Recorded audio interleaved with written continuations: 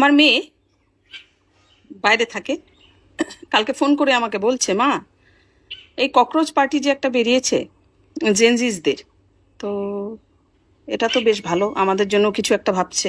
জেনজিসদের party এটা। তা আমি বললাম হ্যাঁ জেনজিসরা এটা বের করেছে। তো বলছে যে আই ওয়ান্ট টু সাপোর্ট। আমি বলছি আচ্ছা সাপোর্ট করবি তো, তাহলে কিছু কথা শুনে নে। আমার মেয়েকেও বলার উদ্দেশ্য, আর প্রত্যেকটা ভারতে যারা জেনজিস আছে তাদের জন্য এই ভিডিওটা। এটার ফাউন্ডার হচ্ছে অভিজিৎ দীপকে। সে কোথায় থাকে? ইউএসএতে। তার ফলোয়ার্স অনলি 9% ইন্ডিয়ান, বাকি সব পাকিস্তান, বাংলাদেশ, চায়না, বাইরের বাইরের দেশের আছে। সেটাতে আমি গেলাম না, সেটা গেলে অনেকটা লম্বা হয়ে যাবে, ভিডিওটা অনেকটা লেন্দি হবে, আপনাদেরও পোষাবে না। অনেকে তো ভিডিওর শেষে লেখে যে অনেকটা বোরিং হয় আমার ভিডিও। আমি এত কিছু বলতে যাব না, আমি শুধু এতটুকুই বলবো, 2020 সালে এই অভিজিৎ দীপকে যারা এনআরসি, সিএএ এগুলো নিয়ে কিন্তু প্রোটেস্টে নেমেছিল, নেমে কার হাত ধরেছিল? উমর খালিদ, যে কিনা এখন জেলে আছে। উমর খালিদ সেই যারা ভারত তেরে টুকরে হোঙ্গে এটার স্লোগানে বিশ্বাসী। বোঝা গেল?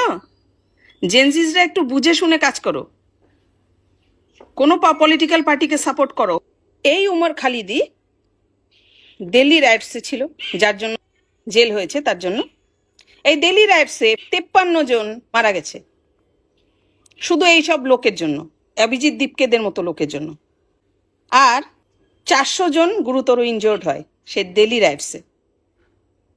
একটা পার্টিকে খতিয়ে দেখতে গেলে অনেক কিছু বেরোবে, আমি লেন্দি হবে জন্য এতটা করছি না, শুধু মেন টপিকগুলো তুলে ধরছি। দেশ বিরোধী হচ্ছে এই অভিজিৎ দীপকের মতো লোকরা। সরকারের বিরুদ্ধে গিয়ে কথা বলবে। সরকারের বিরুদ্ধে কোনটা? নিজেদের এজেন্ডা পুরো করবে, নিজেদের যেগুলো এজেন্ডা আছে। কে এগুলো দেশের জন্য করছে? কে?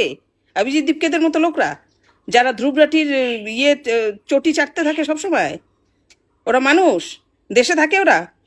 কিন্তু বাইরের হয়ে ওরা কাজ করে। ওপেন বলছি তো। এদের স্লোগানের মধ্যে অন্যতম ভারত তেরে টুকরে হোঙ্গে ইনশাল্লাহ ইনশাল্লাহ।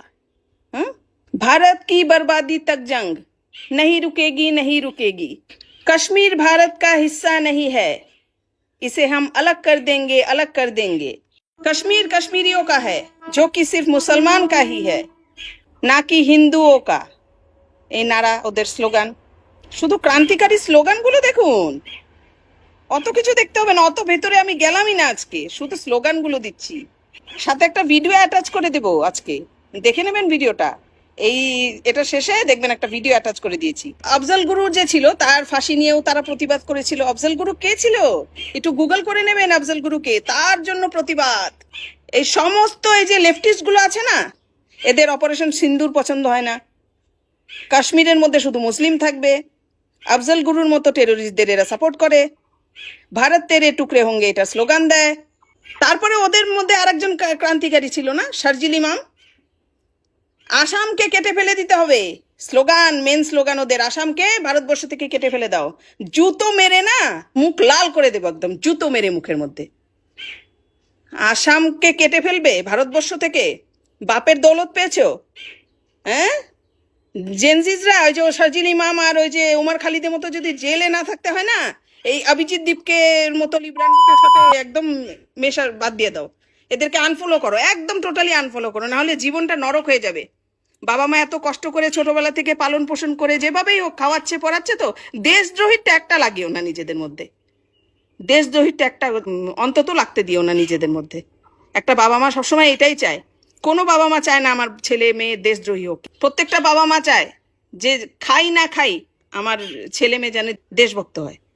তো সেই এই যে অভিজিৎ দীপকেদের মতো লোক, এগুলো সব বাইরে থেকে থেকে থেকে ফান্ডিং পেয়ে এগুলো সমস্ত এইসব পার্টি ক্রিয়েট করে। দীপকেজি থেমে গেল কেন? ফলোয়ার্সগুলো সমস্ত বট ফলোয়ার, ওগুলো সমস্ত বট ফলোয়ার সমস্ত ওর প্রোফাইলে আছে, দেখবেন।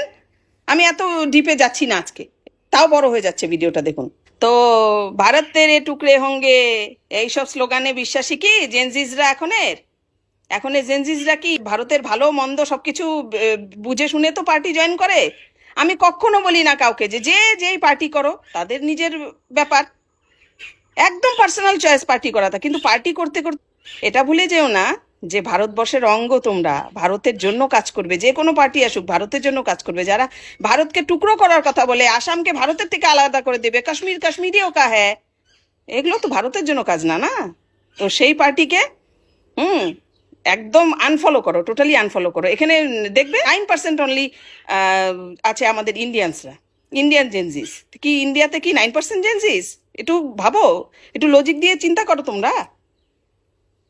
এইটুকুই বলার ছিল। সবাই ভালো থাকো, সুস্থ থাকো। তোমরা বড় হয়েছো, বুদ্ধি হয়েছে জেনজিস, তোমরা আগামী প্রজন্ম দেশটাকে চালিয়ে নিয়ে যাবে। তোমরা ভালো থাকো, সুস্থ থাকো সবাই।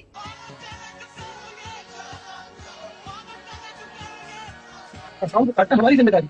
आसाम और इंडिया कट के अलग हो जाए, नेक्स्ट मुसलमानों का है। जो इलाका है मुस्लिम अक्सरियत